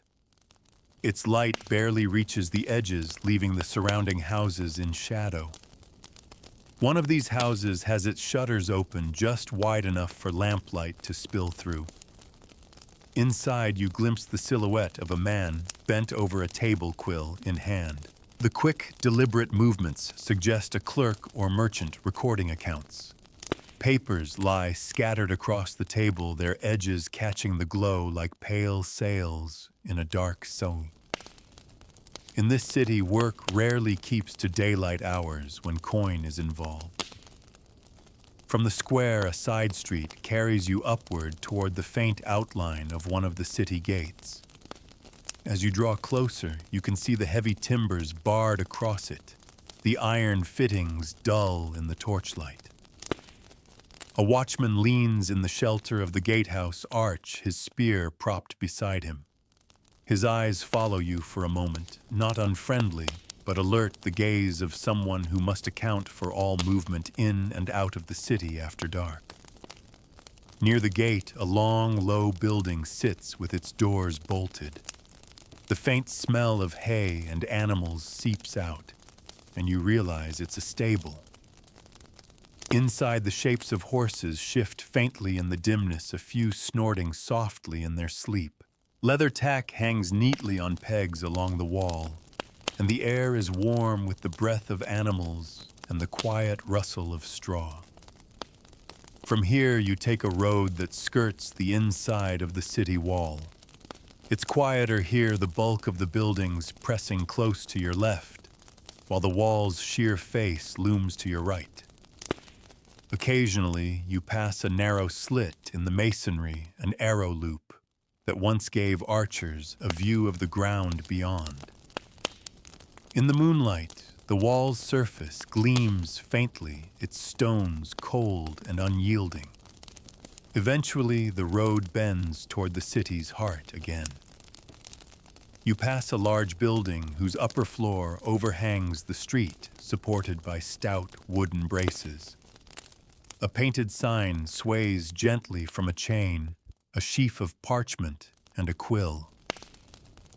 This must be the station of a city scribe, someone who writes contracts, letters, and petitions for those who cannot read or write themselves. The shutters are closed now, but you can picture the room inside cluttered with ink pots, wax seals, and stacks of folded documents. The road narrows again, drawing you into a district where the houses press so close that their eaves seem to brush in the middle. Here, the only light comes from a few candles left burning behind oiled parchment windows, their glow soft and golden. Your own shadow stretches long ahead of you, distorted by the uneven cobbles. In a small open space between the houses, a wooden well stands. A bucket rests on the stones beside it, tipped on its side, a few drops still clinging to the rim. The rope leading into the well creaks faintly in the breeze. Somewhere nearby, a cat pads softly across the stone's tail, curling upward, before it vanishes into the dark. Beyond the well, the street descends into a part of the city where the air feels cooler and smells faintly of damp earth. You pass a low archway that opens onto a garden enclosed by high walls. Moonlight filters through the bare branches of fruit trees, their shadows tangled across the ground. In one corner, rows of herbs grow in neat rectangles, their leaves silvered with dew. The scent of rosemary drifts faintly on the air, sharp and clean. At the far side of the garden, a door leads into what must be a small priory or residence for clergy. The building is quiet now, but you can imagine it by day, monks or nuns tending the garden, carrying baskets of herbs to the kitchens, speaking in low voices as they pass along the covered walks. The garden feels self-contained, a world within a world kept alive by hands that work in time with the seasons rather than the hours of the clock. You slip out through another arch into a narrow lane that winds back toward the busier heart of the city. The air warms again, carrying with it the faint sense of bread smoke and human closeness. Somewhere ahead, a soft burst of laughter breaks the quiet, quickly swallowed by the night. The city breathes in and out around you, its life folding into yours, as if you've always been here. You follow the lane deeper into the warren of streets, the sounds of the priory garden already fading behind you. The way twists, bending around the jutting corners of houses until you can no longer see more than a few paces ahead at a time. The cobblestones here are uneven, the gaps between them tufted with stubborn weeds that have found their place among the stones. A faint metallic tapping draws your attention. Turning a corner, you find a farrier's workshop, still lit, the forge banked low but glowing faintly in the dark. The farrier stands outside, leaning over a horse's raised hoof, rasping it smooth in measured strokes. The animal breathes steadily, its ear flicking at the sound of your approach. The farrier glances up briefly, offering a nod, before returning to his work, the rasp's song blending with the quiet of the lane. Past the workshop, the air grows warmer and carries the mingled smells of grain and ale. You're approaching a brewer's yard. Even at night, there's a hum of quiet activity here. A pair of men roll heavy barrels across the yard, their rounded sides knocking softly against the cobbles. Somewhere inside, the faint hiss of fermenting mash drifts from a large vat, accompanied by the low murmur of voices. Brewing is constant work, measured not by the clock, but by the needs of the brew itself. The road bends again, widening into a small market square lit by two torches fixed into iron brackets. The shadows they cast dance across the fronts of houses and shops. In the middle of the square, a raised wooden platform stands, empty, a place for public announcements by day, and sometimes for sterner proclamations when the law demands it. Tonight, it is only a stage for the shadows, silent and still. One side of the square holds a small cookshop.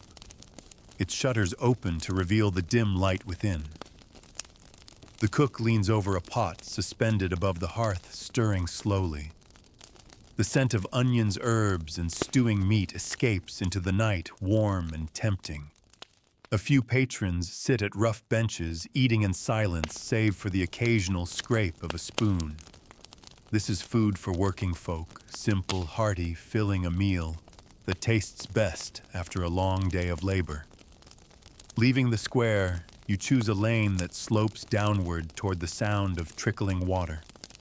Soon you come to a covered channel running between the houses, part of the city's network for carrying fresh water where it's needed. The flow here is gentle, the surface broken now and then by small eddies as it passes under stone bridges, linking opposite sides of the street. You can hear the soft clink of buckets being set down in the dark, a reminder that even at night, the city's water never truly rests. Following the channel, you enter a district of tradesmen's workshops. By day, these streets would be full of noise, hammering, sawing voices, calling orders across the way. Now the tools lie still on benches, their edges dulled in the flicker of the few lanterns still burning. In one open doorway, a tailor sits alone mending a tear in a cloak by lamplight. His needle flashes in quick, precise movements, his lips pressed together in focus. The air smells faintly of wool and the sharp tang of fresh dye. Past the tailor's shop, you hear the creak of a heavy door opening. A man steps out carrying a small crate of apples, their pale skins catching the torchlight. He sets them down on a low stool outside his door, perhaps for the morning's first customer.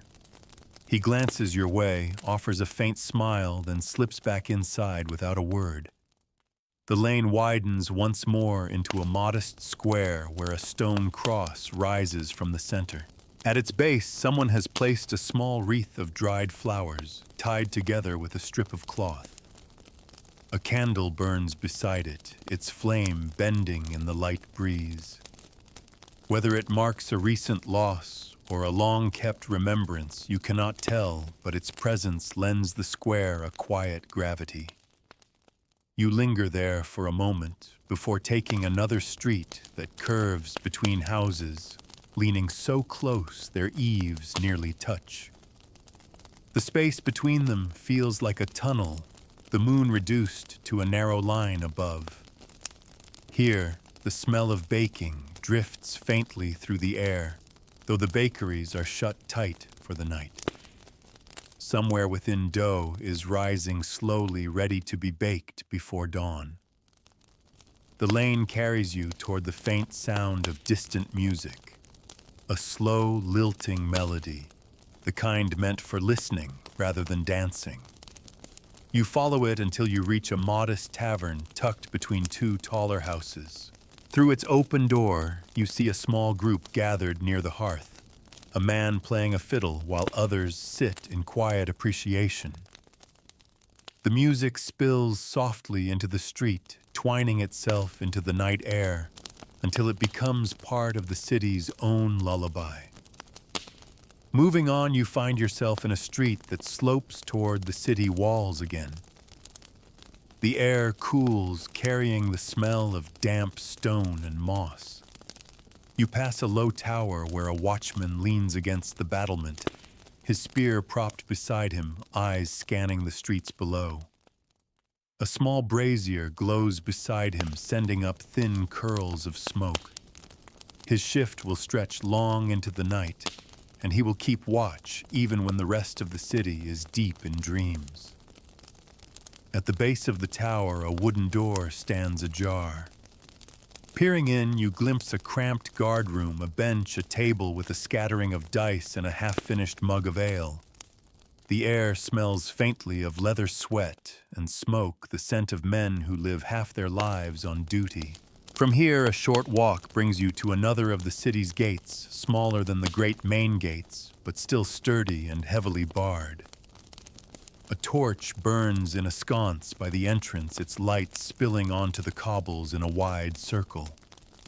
The iron fittings on the gate gleam dully, each bolt and hinge a quiet testament to the blacksmith's craft. You turn back into the city, taking a quieter street that skirts the walls inside. The houses here have small walled gardens, their wooden gates latched for the night. You catch the scent of late-blooming flowers, sharp against the cooler air. Somewhere nearby, a nightbird calls, once its note carrying high and clear above the hush.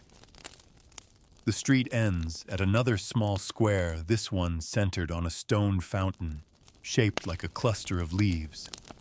The water falls in thin sheets into a wide basin, its sound soothing in the quiet.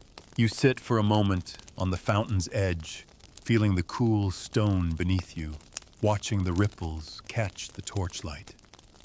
The city feels vast and intimate all at once, a labyrinth that somehow makes room for these small islands of calm. When you rise, the path you choose leads you deeper again toward the tangled lanes that always seem to hide one more story, one more life unfolding quietly behind closed doors. The night presses close, gentle but insistent, as if reminding you that there is still more to see before the first light touches the rooftops. The lane you take now threads away from the square like a quiet stream slipping into the shadows. The buildings crowd close, their overhanging upper stories pressing inward until the strip of night sky above feels thin as a ribbon. Somewhere high overhead, you hear the faint creak of a sign swinging on its chain, its metal fittings groaning softly in the breeze. You pass a doorway where the faint smell of beeswax drifts out, perhaps a candle maker's workshop, quiet for now, but redolent with its trade. The scent is warm, almost sweet, clinging faintly to the damp air. You imagine the daylight hours here, blocks of wax softening by the fire wicks being dipped again and again until they grow thick enough to hold their shape. The lane turns, spilling you into a modest court. At its center, a wooden post holds a single lantern, its flame fluttering in the night wind. The flicker throws wavering light onto the surrounding walls, revealing their patchwork of timber plaster and stone. A cat lies curled beneath the lantern, its tail twitching lazily as it keeps half an eye on you. From here, you follow a side passage between two houses, the walls so close your shoulders almost graze them. The ground dips sharply under your feet, leading you toward a part of the city where the smell changes. It's sharper here, edged with the faint tang of vinegar and fermenting fruit.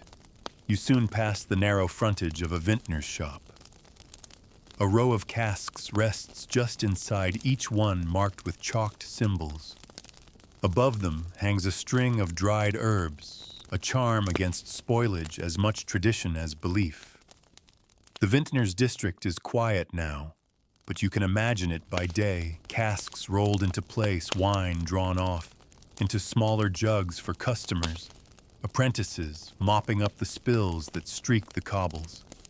A few shops have narrow benches outside where patrons might sit and drink in the afternoon sun, swapping stories until the shadows grow long. You turn into another lane, this one opening onto a small, covered arcade. Wooden pillars support a roof that shelters the stalls beneath. At the far end, a fishmonger's table stands empty, save for a scattering of scales that glint faintly in the lamplight. The air here holds the ghost of the day's catch, sharp, clean, and a little briny. A few cats slip silently between the stalls, hopeful for scraps that never came.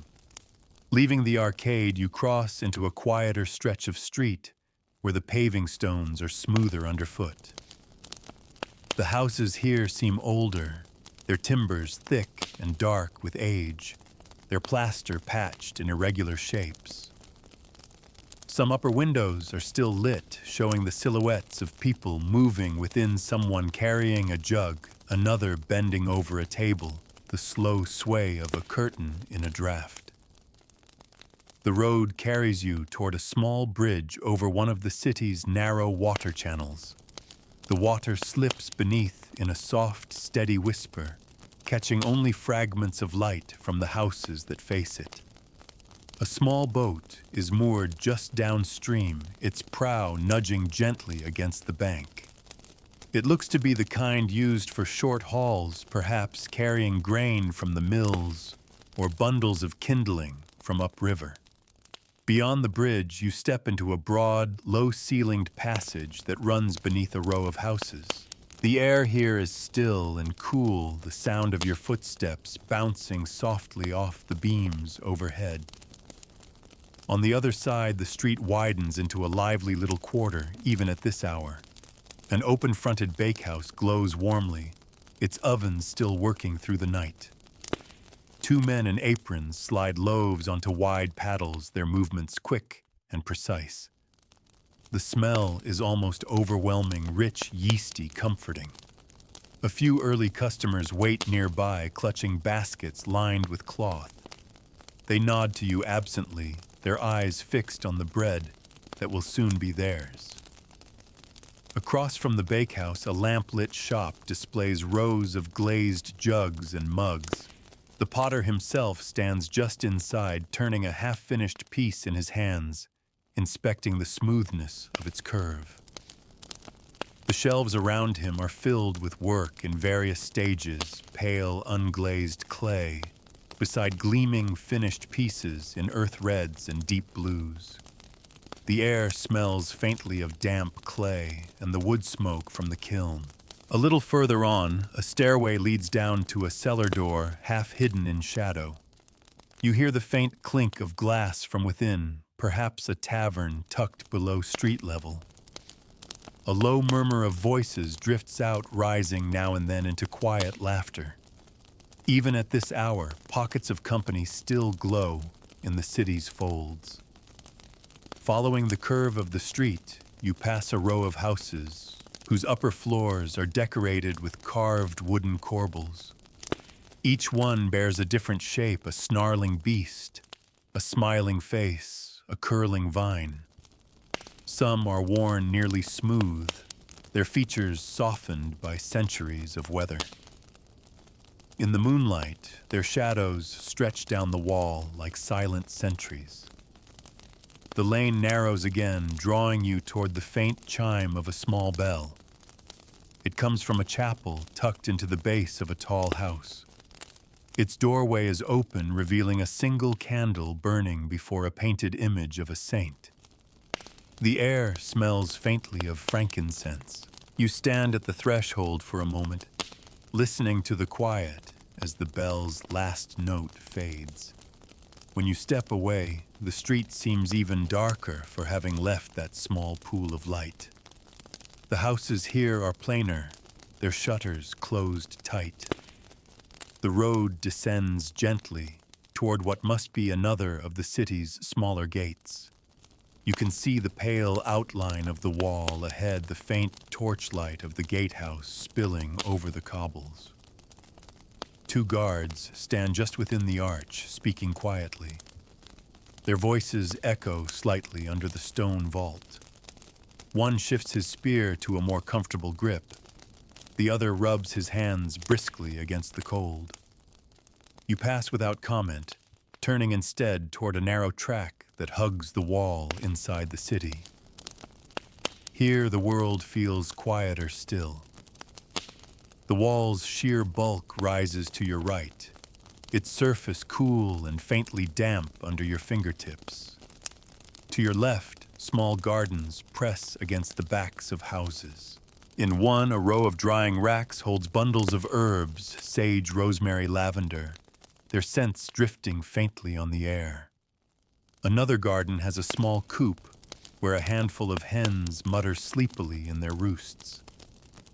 The path bends, and ahead you see a small watchtower rising against the night sky. Its doorway is open, spilling light onto the stones. Inside, a brazier glows red, a few spears leaning against the wall beside it. A watchman looks up as you pass, nodding once before returning to his quiet vigil. Beyond the tower, the lane slips back into the dense weave of streets. You let it carry you, not minding where it goes, only that it keeps unfolding. The medieval city has a way of wrapping itself around you at night, not with grandeur, but with small, unhurried details that settle into the mind like dust on a windowsill. And so you keep walking, letting the night decide where it will take you next. The lane you follow slips into an older part of the city, where the air feels cooler and the stones underfoot are worn nearly smooth from centuries of feet. The buildings here lean together at odd angles, the beams warped with age, their plaster cracked and patched over and over until the walls resemble faded quilts. A faint smell of smoke drifts from a nearby chimney, carrying with it the richer scent of roasting chestnuts. Turning a corner, you find the source a small brazier set up in a doorway, its coals glowing softly in the night. An elderly woman stands beside it, turning the chestnuts slowly with a small wooden paddle. Their shells split open with soft pops releasing bursts of sweet, nutty fragrance into the air. She glances up as you pass, her face lit warmly by the brazier's glow, but says nothing, just offers a small, knowing smile before returning to her task. From here, the street narrows until you can barely walk two abreast. The eaves overhead nearly touch the space between them, filled with laundry lines strung from one building to the next. Bits of cloth sway faintly in the breeze, a child's shirt, a worn apron, a square of fabric dyed a faded red. In the daylight, these streets would be crowded with the chatter of neighbors leaning from windows, but now they are hushed, as if holding their breath. You pass a small alcove carved into the wall, holding a weather-softened figure of a saint. A single candle flickers in front of it, shielded from the wind by a clay pot with one side broken away. Someone has left a sprig of rosemary there, its leaves still fresh. It's a quiet reminder that in this city, faith seeps into the smallest corners, marking even the humblest streets with its touch. The lane spills into a small square where the stones dip toward a central drain. In one corner stands a public bake oven, its dome shape unmistakable even in the dim light. The heavy door is closed now, but you can imagine the place alive by day, neighbors arriving with trays of dough, the oven tender working steadily to slide them in and draw them out. The smell of fresh bread thick in the air. The oven is more than a convenience, it's a meeting place, a point where the daily threads of the community knot together. Leaving the square, you take a street that slopes gently downhill, the sound of moving water growing with each step. Soon you come upon one of the city's smaller mills, its wheel turning slowly in the moonlight. The water slaps against the paddles with a steady rhythm, sending droplets flashing into the air. The mill's windows are dark now, but you can picture the work inside, the grind of stone on grain, the steady shoveling of flour into sacks, the scent of fresh milled wheat. From here, a narrow footpath runs alongside the mill stream. You follow it, the sound of the water close at your stisama. The houses along this stretch are simpler, their wooden shutters unpainted, their walls plain but sturdy. In one window, a faint glow reveals a woman bent over her spinning wheel, her foot working the treadle in a slow, practiced rhythm. The soft whir of the wheel blends with the murmur of the stream, a lullaby only this part of the city hears. The path turns, carrying you back toward denser streets. You step into a lane paved with rougher stones, your boots clicking unevenly as you walk.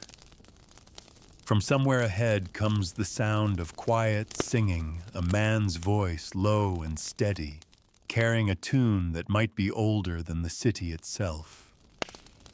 You follow it until you pass an open doorway where a cooper works late into the night. He hums as he fits the last hoop to a barrel, his hammer tapping in gentle punctuation to the song. The smell of worked oak and pitch fills the air. Past the cooper's shop, the lane forks. You take the left path which leads you through a series of tight bends until you arrive at a tiny courtyard hemmed in on all sides by tall houses. A single lantern burns on a post here, its light reaching only halfway up the surrounding walls. Against one wall sits a stack of firewood neatly split and arranged by size. Against another, a small cart waits with a load of kindling, its handles propped against the wall. From here, a narrow archway carries you into a street lined with modest shops. Their painted signs sway faintly overhead, a loaf of bread, a carved key, a bundle of yarn. One shop, its shutters still open, glows faintly from within. Inside, a young woman sits mending a net, the fine threads glinting in the lamplight. She looks up briefly as you pass her hands, never stopping their work, before returning to the intricate weave. The smell of tanned leather drifts toward you, leading you past a cobbler's workshop, where boots are lined neatly on a bench outside the door. Their polished surfaces catch the moonlight in small, bright glimmers. Just beyond, an open stable door reveals the shapes of two horses shifting in their stalls, the quiet rustle of hay under their hooves. One lifts its head as you pass, snorting softly, before returning to its feed. Your path bends again, and soon you find yourself walking beside another stretch of the city's wall. Here the stone is darker, streaked with the faint shine of moss where the damp gathers. A guard tower rises nearby, its torchlight spilling across the cobbles. You can hear the muffled voices of the watch inside, the scrape of a chair being moved, the quiet clink of a cup set on a table. Their vigil is steady, unbroken by the hours. Turning away from the wall, you pass into a neighborhood where the streets are laid in a looser pattern. The houses here have small yards behind wooden fences, the scent of turned earth lingering in the night air. In one yard, a low shed holds neatly stacked bundles of herbs drying from the rafters. In another, a cluster of clay pots stands ready for planting come spring. Even in winter's quiet, the promise of growth hums faintly here. The lane you follow tilts upward, carrying you toward the higher ground near the city's heart. The moonlight spills more freely here, catching the roofs and chimneys in pale silver.